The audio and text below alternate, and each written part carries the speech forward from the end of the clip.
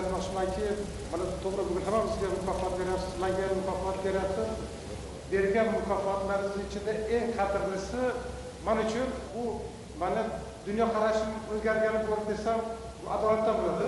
2 yil oldin qaysidir fermer yoki kimdir 60-70 sentner olindi deb aytilsa, O'zbekistonda bunaqa hosildorlik olish mumkin emas deb. Mana bugun O'zbekistonda bu odatiy hol bo'lib qoldi. Men o'ylayman, buni negizida hurmatli prezidentimiz dunyo tarixida birinchi bo'lib siz O'zbekistonda paxta to'qimachilik klaster konsepsiyasiga asos solganingiz deb hisoblayman. Yana misol aytmoqchimanki, bir vaqtlar topshiriq berdingiz, tomchilatib sug'orish texnologiyalarini chetdan olib kelib, rezultatni ko'raylik deb. Shu qani bizga nima beradi deb. Texnologiyani sotib olganmiz.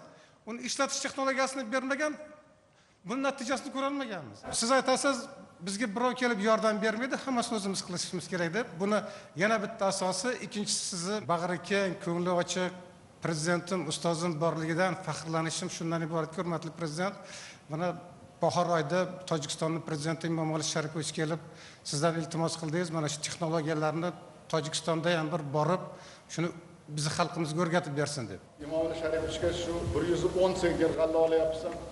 Bu nima deyapti buning deydi. Yolg'on gapiryapti-ku bu.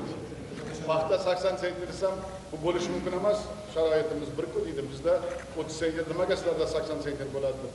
Esingda borku shu gaplar. Xuddi shunday siz aytdingizki, mana Mergantex borib, o'zining hisobidan texnologiyasini ham, agrotexnikasini ham, mineralog'i, hatto xustalba kabellarni ham, ishchilarni olib borib qiladi ham, o'rgatadi ham. Mergantex O'zbekistonda biltirgi rekordini Tojikistonda ham o'rnatadi deb aytdingiz. Mana nasib bo'lsa biz sentabr oyida hurmatli prezidentimiz mana shuni rekordimizni Tojikistonda ham mana yangilaymiz. Bu sizni qardosh xalqlarimizga bo'lgan mehringiz, muhabbatingiz bu men uchun sharaf va mana shunday prezidentim borligidan, shunday ustozim borligidan faxrlanaman. Rahmat aytib boringiz.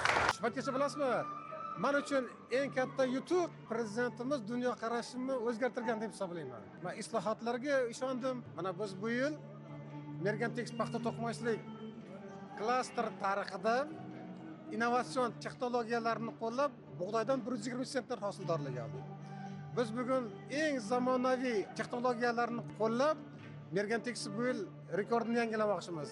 Biz bu yil 90 sentnerdan katta hosil olib chiqishni kutib turibmiz.